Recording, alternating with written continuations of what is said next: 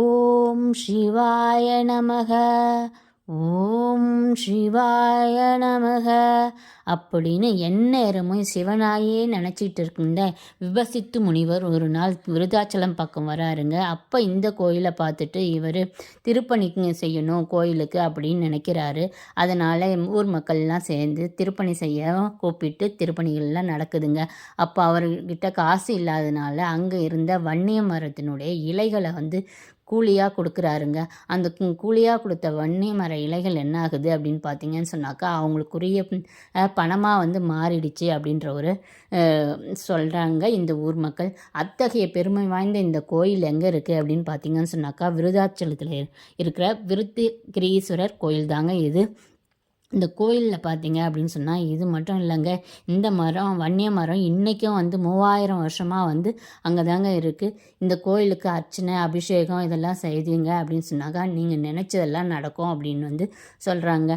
அது மட்டும் இல்லைங்க, அங்கே பார்த்தீங்க அப்படின்னு சொன்னாக்கா நீங்கள் 5 பஞ்சபூத தலங்கள் அப்படின்னு சொல்லுவீங்க இல்லையா, அந்த இடங்களுக்கெல்லாம் போய் வந்த பலன் என்ன கிடைக்குமோ அந்த பலன் இந்த ஒரே கோயிலில் நம்மளுக்கு கிடைக்கும் அப்படின்னும் சொல்கிறாங்க. ஏன் அப்படின்னு பார்த்தீங்கன்னு சொன்னால் 5 பஞ்சபூத தலங்கள்லேயும் இருக்கிற லிங்கம் இங்கேயும் இருக்குது அப்படின்னு சொல்கிறாங்க. அது மட்டும் இல்லைங்க, இங்கே பார்த்தீங்க அப்படின்னு சொன்னாக்கா காசிக்கு நிகரான ஒரு தலம் தான் இது அப்படின்னு சொல்கிறாங்க. காசியை விடவே புண்ணியம் அதிகம் அப்படின்னும் இந்த ஊரை பற்றி சொல்கிறாங்க. ஏன்னா இங்கே இறந்தாலோ இல்லை பிறந்தாலோ முக்தி கிடைக்கும் அப்படின்னு சொல்கிறாங்க. இறந்தவர்களுடைய அஸ்தியை இங்கே கரைச்சிட்டு இந்த கோயிலில் வணங்குனீங்க அப்படின்னு சொன்னால் நல்ல முக்தி கிடைக்கும் அவங்களுக்கு அப்படின்னு சொல்கிறாங்க. அந்த அஸ்தி கல்லாவே மாறிடுது அப்படின்னும் சொல்கிறாங்க. இங்கே இருக்கிற மணிமுத்தாறு நதியில் தான் அஸ்தி கரைக்கிறாங்க. நாங்களும் அந்த மாதிரி தான் எங்கள் மாமனாருடைய அஸ்தியை கரைக்கிறதுக்காக தான் இந்த ஊருக்கு வந்தோம். அப்போ தான் இந்த கோயிலை பற்றி பார்த்தேன். அதனால் என்னால் கொஞ்சம் நேரம் தான் இருக்க முடிஞ்சது, கொஞ்சம் வீடியோ தான் போட்டிருக்கேன். இருந்தாலும் பாருங்கள், இது ரொம்ப நல்ல பெரிய கோயிலாக இருக்குங்க. இந்த கோயிலில் பார்த்தீங்கன்னு சொன்னால் 5 கோபுரம், 5 கொடிமரம், 5 லிங்கம் அப்படின்னு எல்லாமே 5 5 இருக்குங்க. 5 விநாயகர் அந்த மாதிரி எல்லாமே 5 5 இருக்குங்க. ரொம்ப பெரிய கோயிலாகவும் இருக்குது, ரொம்ப சக்தி வாய்ந்த கோயிலாக இருக்குங்க. இது மட்டும் இல்லைங்க, இந்த கோயிலினுடைய புகழ் இதனுடைய இன்னொரு புகழ் என்ன அப்படின்னு பார்த்தீங்கன்னு சொன்னால் ஆழத்து விநாயகர் அப்படின்ற ஒரு விநாயகர் கோயிலும் இருக்குங்க இங்கே. இது பார்த்தீங்கன்னு சொன்னால் 18 அடி ஆழத்தில் இருக்குது இந்த கோயில். அந்த கோயிலில் நம்ம போய் வணங்கிட்டு வந்தோம் அப்படின்னு சொன்னால் ப்ரமோஷன்லாம் கிடைக்கும் அப்படின்னும் சொல்கிறாங்க.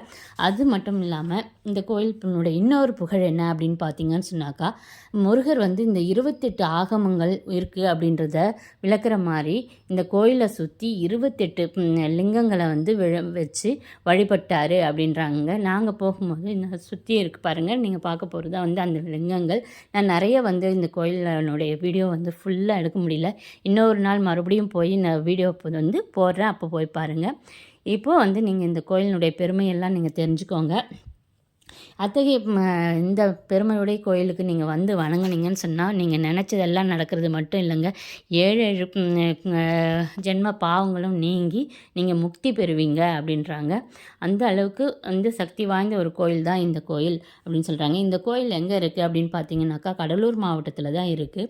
கடலூர்லேருந்து ஒரு 60 கிலோமீட்டர் டிஸ்டன்ஸில் இருக்குது. விழுப்புரம் வழியாகவும் வரலாம், இல்லை நீங்கள் இந்த பக்கம் சிதம்பரம் பக்கம் இருந்தீங்கன்னு சொன்னால் சிதம்பரத்துலேருந்து ஒரு 44 கிலோமீட்டர் டிஸ்டன்ஸ்லேயும் இருக்குங்க. இந்த கோயிலுக்கு கண்டிப்பாக இறைவனை வணங்கிட்டு போனீங்க அப்படின்னு சொன்னாக்கா உங்களுக்கு எல்லாமே நல்லதாகவே நடக்கும், நீங்கள் நினச்சது எல்லாமே நடக்கும் அப்படின்றது தான் ஐதீகமாக இருக்குதுங்க. இதுக்கு பார்த்தீங்கன்னு சொன்னால் மாசி மகம், அப்புறம் ஆருத்ர தரிசனம், பிரதோஷம், சிவராத்திரி, ஆடிப்பூரம் அப்படின்ட்டு எல்லா நாட்கள்லேயும் பார்த்தீங்கன்னு சொன்னாக்கா விழாவாக கொண்டாடுறாங்க. இந்த கோயிலுடைய மற்ற டீட்டெயிலாம் நான் டிஸ்கிரிப்ஷனில் தரேன், போய் தெரிஞ்சுக்கோங்க. இது மாதிரி மறுபடியும் வேறு கோயில்கள் பற்றின விவரங்கள் உங்களுக்கு தெரியணும் அப்படின்னு சொன்னால் என்னுடைய சேனலில் மறக்காமல் சப்ஸ்கிரைப் பண்ணி லைக் பண்ணி ஷேர் பண்ணி வச்சுக்கோங்க.